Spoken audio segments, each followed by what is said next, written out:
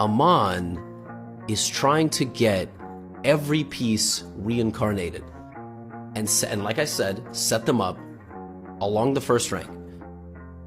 That is funny. That is, you know, that's hilarious. That's not something that you see very often. If somebody did this over the board at a tournament at a chess club, they might get punched in the face. Or Black would get punched in the face for not resigning. G7, there are the bishops. They are the trickiest to promote. Aman Hambleton now has 9.6 seconds to win this game. There's no way. It's not possible. So what does he do? Brings the bishop back to f1. Now, I think he missed the pre-move. I think he was trying to go to d3. Now the bishop has returned to the home square. This was obviously inefficient. He should have gone to b2, but he was trying to pre-move fast. So the bishops are on their home squares, and now here comes the g-pawn. He makes a queen, and promptly puts the queen back on the home square. He now has 8 seconds. I mean, this is just a waste of time, right? He's going to make the meme, he's going to put all the pieces on the home rank, and then he's going to, you know, go and checkmate, maybe, but how's he going to do that? How's he not going to stalemate? Now he plays... he plays knight d4, okay. Knight e2, okay.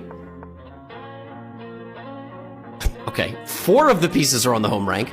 Now look at his time. Every move, 0.1. King goes to c4, so the queen cuts this off. It would have been actually more resilient for Black to stick around here, but Black gets cut off. Now Aman pushes every pawn. He's losing 0.1 on every single one of those moves. I don't know why he went king b5.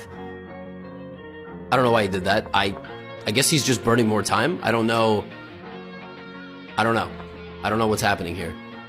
Maybe he didn't want to stalemate? I have no idea. He obviously could have just made the promotions, but he chooses not to.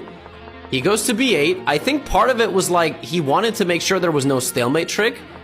Now the rook was... Now the king goes to c7. He makes another rook.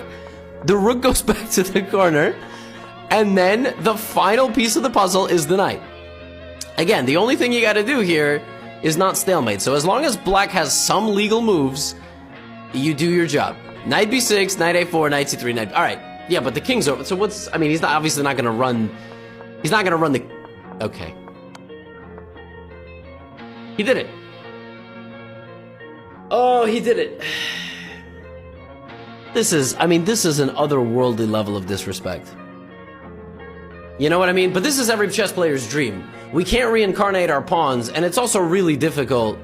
I mean, it's not even difficult. It's impossible in chess to get this set up with the pawns, because the only thing that you can move outside of the pawns is the knights. Your knights would have had to destroy everything and come back all the way, but you're never going to mate anybody. So it's not this is as best as it gets, right? No. This is the part of the show or the movie or the cartoon or the YouTube video where you get absolutely dumbfounded, because this is not it. This is not. No. I'm about to show you. Aman goes queen e2. And from this point forward, every single move he made was made in 0.1 seconds. Aman Hambleton, there's a clip at the top of Reddit. You can watch it, Reddit Chess, not like all of Reddit. He pre-moves the rest of the game. He goes queen g2 check. Now, there's mates everywhere. This is not that impressive. But what is impressive is that he glides up the board like this, right? Beautiful technique, it's mate in 2, rook f7, and here. But that's not what he wants. He wants something. What is he trying to do? What is he possibly trying? I saw this clip, I couldn't believe my eyes. He has 2 seconds on the clock. He has mate in 1. He pre-moves this to get the king off the back rank. Then he pre-moves this in 0.1 seconds. How did he even know that? Then he pre-moves this. Why is he pre-moving that?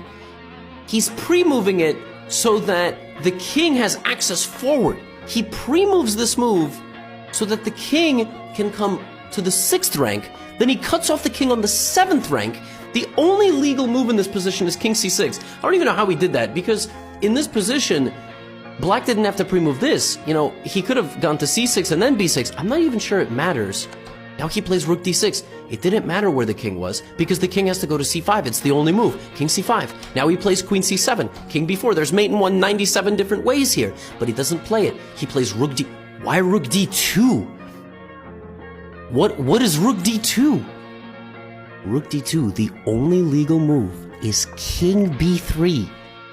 It's still mate in 100 ways, but he plays rook h2 because the only legal move is to go back to b4.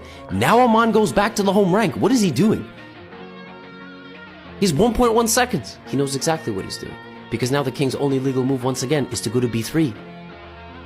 And Aman Hambleton plays queen to d6, and the only legal move now is not b4. c7 has given up c2, which means the king has to go to c2, and white plays queen to d1, returning to the home square and checkmating the black king